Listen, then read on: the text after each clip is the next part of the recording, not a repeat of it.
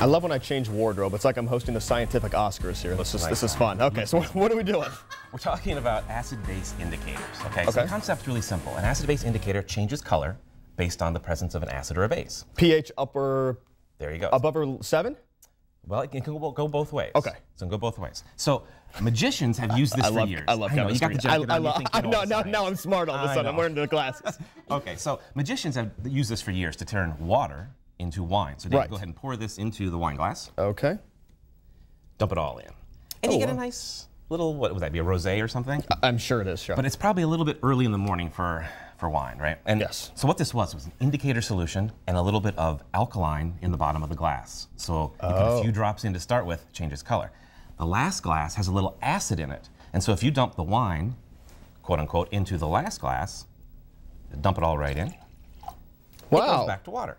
Okay? So the idea here, or the important takeaway, is that the indicator can go both ways. It can be colored or it can be clear, depending on the pH of the liquid. Right.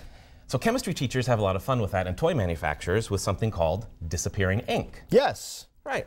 So I mixed up some last night, and that jacket is looking for a splash of color. Okay. Oh, thank you very much. So thanks. You really do look better in blue. Don't get it on the tie. I got it from TJ Maxx. Okay. So now what's cool about this is that's an acid-base indicator. Okay. Now, disappearing ink would not be cool if I had to come like swab you down with something to make it disappear. It's got to work on its own. Okay. Now the problem is it will work on its own, but it's going to take about 5 to 10 minutes. And we don't have 5 to 10 minutes. Carl, come on, you got 3. That's okay. Okay. I prepared for that. Now normally what this stuff does is it reacts with the carbon dioxide in the air. Okay. So creates gradually carbonic acid, and that carbonic acid will make it disappear. Now like you said, we don't have time for 10 minutes to wait. Well, lucky in which me. Case, I brought some carbon dioxide gas. I'm so glad. So all you need to do is just stand there for a second.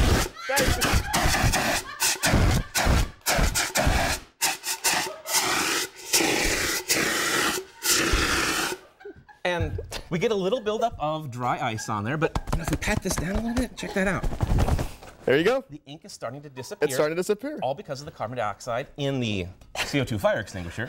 The ladies always knew I was on fire, Carl. We had to put it out eventually on this Just show. Trying to help you out there, Dave. That's really cool, too. So now it will completely disappear after about 10 minutes. Right, but you just sped it up. Speed it up. Great. Exactly. Well, thank you very much. What's going on right now down in Imagine It? We have bodies revealed, 6,000 square feet of bodies.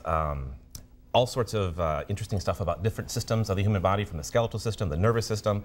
They're actual humans that have been injected with a plastic of sorts, and you can observe all the different organs. Really cool. Definitely should come check it out. And that opens today? That opens today. Great. Absolutely. Well, thank you so much, Carl. Christina, I'm going to toss back to you. I need to change back to something a little less cold.